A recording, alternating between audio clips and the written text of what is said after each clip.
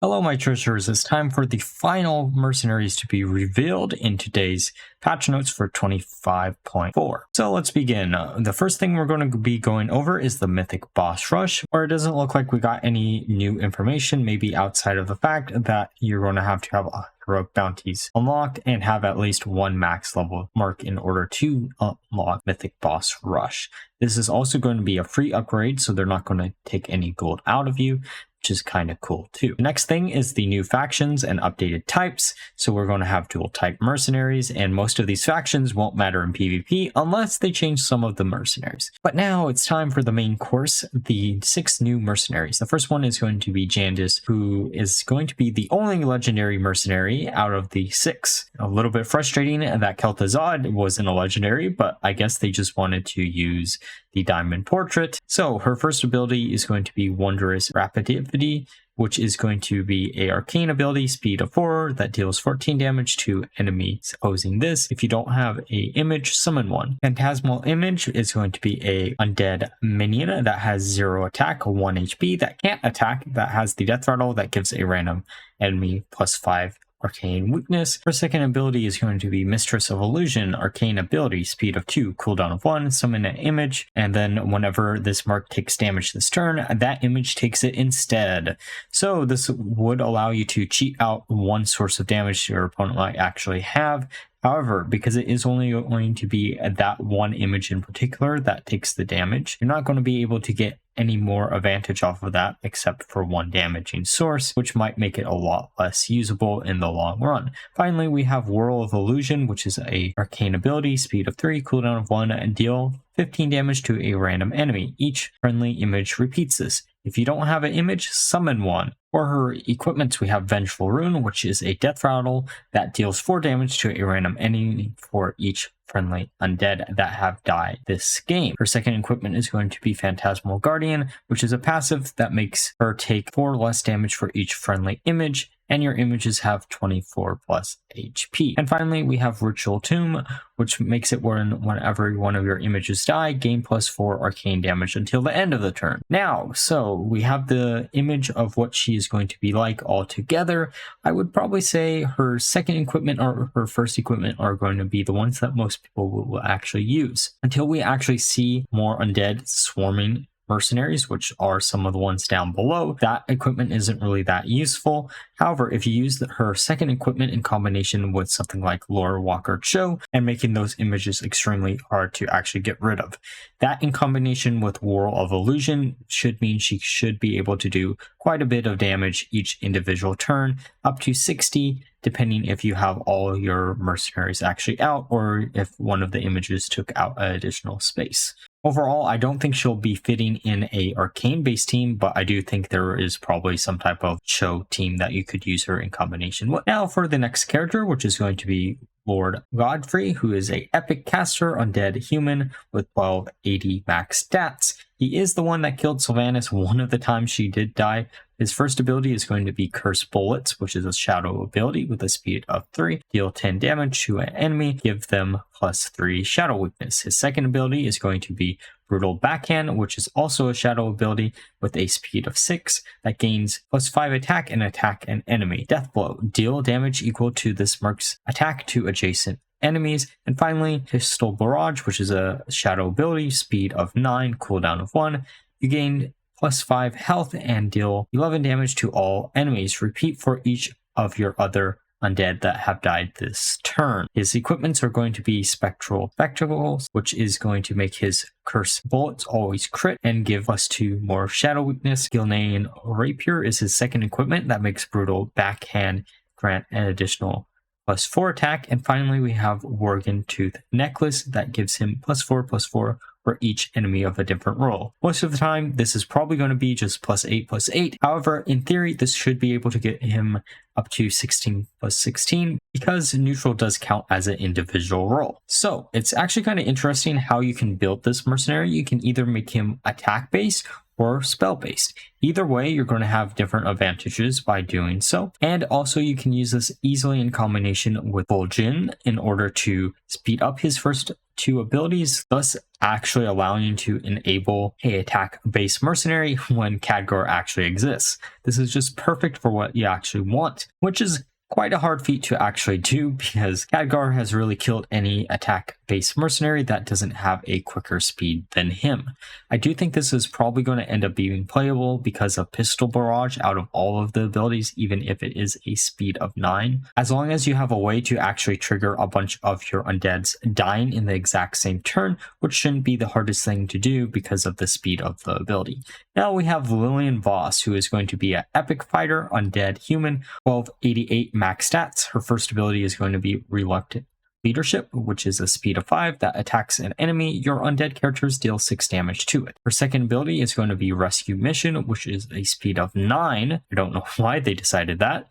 Give a friendly character Death Rattle, summon a 5/5 Rescue Student, summon a 25/25 Sturgeon Follower with Taunt. Then both of these are going to be undeads, which is the main thing that matters in PvP. Her final ability is going to be Fainting Faint, which is a speed of 2, cooldown of 2. The first time this dies this turn, resummon it with 30 health remaining. Attack an enemy starts off cooldown.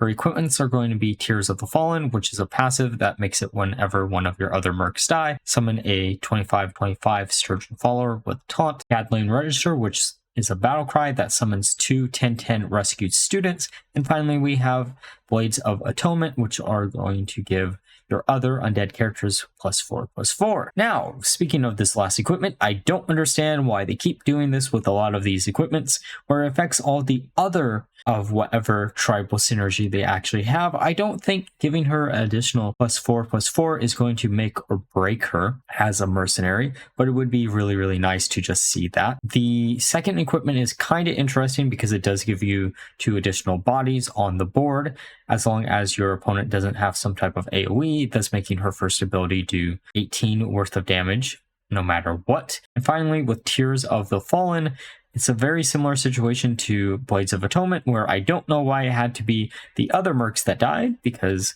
she should be dying over and over again if you use her last ability on cooldown. I don't know how strong this mercenary is going to be in the long run. I do think she has a clear weakness to Khadgar, which is a really, really big problem, and she does also have a clear weakness to things like local lore. If we actually get balancing changes, she might be a little bit playable, but besides us having a really low count of undead mercenaries, I don't think she'll see any play outside of trying to get some undead synergy off. There's just going to be much better options that we will see down later. The next mercenary is going to be Arfus, Epic Fighter, Undead Beast, Scourge, 12 attack, 87 HP at max. His first ability is going to be Fetch, speed of 5, attack an enemy, and steal 5 attack from your other friendly characters. Reminds me of a certain feline friend of Zoin. Frigid Bark is going to be his second ability, that is a frost ability, speed of 5, cooldown of 1. Give all enemies +5 frost weakness. Your next frost ability casts twice. This is absolutely broken, and we'll talk about it in a little bit. The next ability is going to be Frozen Bone, which is a frost ability, speed of 7, cooldown of 1, attack all enemies and slow them by 5 this turn. Deal damage equal to their highest speed ability. I think in a frost-based team, you're probably going to end up swapping between his second ability and third ability, but seeing some of the later equipments will definitely make you wonder what the hell was Blizzard thinking. His first equipment is going to be his Master's Voice, which gives him +5 attack. This merc's abilities are 5 feet faster if a friendly Lich King is in play. So there's actually a reason to run him with the Lich King, which is actually kind of cool. It does give him some more variety of what builds he's actually going to fit in, because his next equipment definitely points him in a direction and probably makes him one of the most broken out of these 6 mercenaries. Speaking of which, Arfus must be a good boy, because his next equipment is a passive that gives him +10 HP, and after a friendly character dies, gain +2 frost damage. This should never have been printed, with the fact that we still do have local art. Sure, you might not have an easy way in Frost to trigger something like this. You could easily run something like Kazakis in order to get +6 frost damage each individual turn. And finally, we have Downward Dog, which is a death rattle that makes enemies permanently force speed slower. Now, overall, Frigid Bark is the reason why you're going to be wanting to run this mercenary. He will probably replace whatever other mercenary that you really wanted to use in the starting lineup of Frost. His good boy equipment makes him absolutely broken in combination with Kazakis in a build like that, while also allowing you to duplicate Lokalar's Hailstorm with a bunch of additional frost damage, thus allowing you to clear out any possible mercenary team that your opponent might actually have. I don't see a world where if we do actually get some balancing changes, that frost doesn't get changed because of a mercenary like this. Now, for the little kitty cat of Kel'thuzad, Mr. Bigglesworth, who is a epic caster undead beast, Scourge, 878 max stats. His first ability is going to be Deadly Cute, which is a shadow ability that has a speed of 4, deal 12 damage, summon 2 5/5 pretty kitties. The pretty kitties are going to be undead beasts. Death Rattle, deal 5 damage to a random enemy. Head Pats is his second ability that has a speed of 5, cooldown of 1, that gives your beast +3/+8 and a random keyword. Feline Fine is his final ability that is a shadow with a speed of 9, cooldown of 1, that deals 15 damage to an enemy. Trigger one of your death rattles at random. I'm kind of curious of how this will work in combination with Rattlegore, because you could in theory just get a bunch of Rattlegores on the board, and that could be incredibly funny with that third equipment that keeps summoning him after death smaller and smaller. Now for his equipments, Playful Ooze that makes Deadly Cute deal 4 more damage, Extra Bone that gives him the death rattle that your undead, beast, and Scourge characters +5/+10, and finally Perfect Plot that gives him the death rattle that fills your board with 5/5 pretty kitties. This is the undead swarming mercenary that we needed for Lord Godfrey. We can also use this in combination with Jandis in order to use her first equipment, and there's just so many possibilities that you can use with a mercenary like this. And the most interesting thing about him is the fact that Head Pats, if it's any keyword across Hearthstone's history, could in theory give us poisonous on something like King Crush. And we may or may not have a different type of problem that isn't frost if that happens, but I very much doubt it because I don't think poisonous exists at all in mercenaries. So it'll probably be just any keyword that exists currently in the game mode. I also kind of find it funny, out of all of these mercenaries, the two so far that seem the most broken are the 2 pets. Now, for the final mercenary, which is going to be Kel'thuzad, who is a rare protector for some dumb reason. He is going to be undead human, Scourge, 885 max stats, but the picture shows 990, which makes me curious of which one it's going to be in the end. His first ability is going to be Artlich Edic, which is going to be a frost ability, speed of 4, deal 12 damage to an enemy. Your undead characters deal 3 more damage to that target this turn. So outside of this mercenary and Arfus, I don't think we got any other frost synergy, so you're probably not going to want to use this mercenary in frost in particular, and some of his later abilities should give you a clear indication where you will. First of the Scourge is going to be a shadow ability, speed of 3, cooldown of 1, give a friendly character +16 attack and taunt this turn. Death Rattle, deal 11 damage to all enemies. So this should ramp up with any type of shadow synergy that you actually have, and you can use this easily in combination with the pretty kitties from our little Bigglesworth in order to get a lot of synergy there. Finally, we have Frost Blast, which is a frost ability, speed of 5, cooldown of 2, freeze an enemy, deal 21 damage to adjacent enemies. Anyone remember the Sea Witch that freezes a target and makes them immune? Well, she got power crept. This is just a much better version of her ability. Probably not why you're going to want to use this mercenary in a team. You're probably going to be swapping between his first ability and second ability, depending on how you actually build the team. Now for his equipments, Phylactery of Kel'thuzad is his first one, which is going to be each time an undead character dies, Kel'thuzad takes 2 less damage, up to 8. His second equipment is going to be Don't Hurt My Kitty. Each time Mr. Bigglesworth is damaged, Kel'thuzad deals 8 damage to all enemies. Your Kel'thuzad and Mr. Bigglesworth have +20 health. So if that stat line above is the final stat line for this mercenary, this is going to be the biggest mercenary ever for his HP pool. He's going to have 110 HP. That is even without something like good old Cookie. If you decided to run him for some reason in that team, it should make him tanky enough to survive a lot of the caster-based teams that currently do exist in Mercenaries without seeing any type of balancing changes to them. Now, finally, we have Blood Surge, which is going to be a passive. Whenever one of your undead acts, your summons gain +4/+4.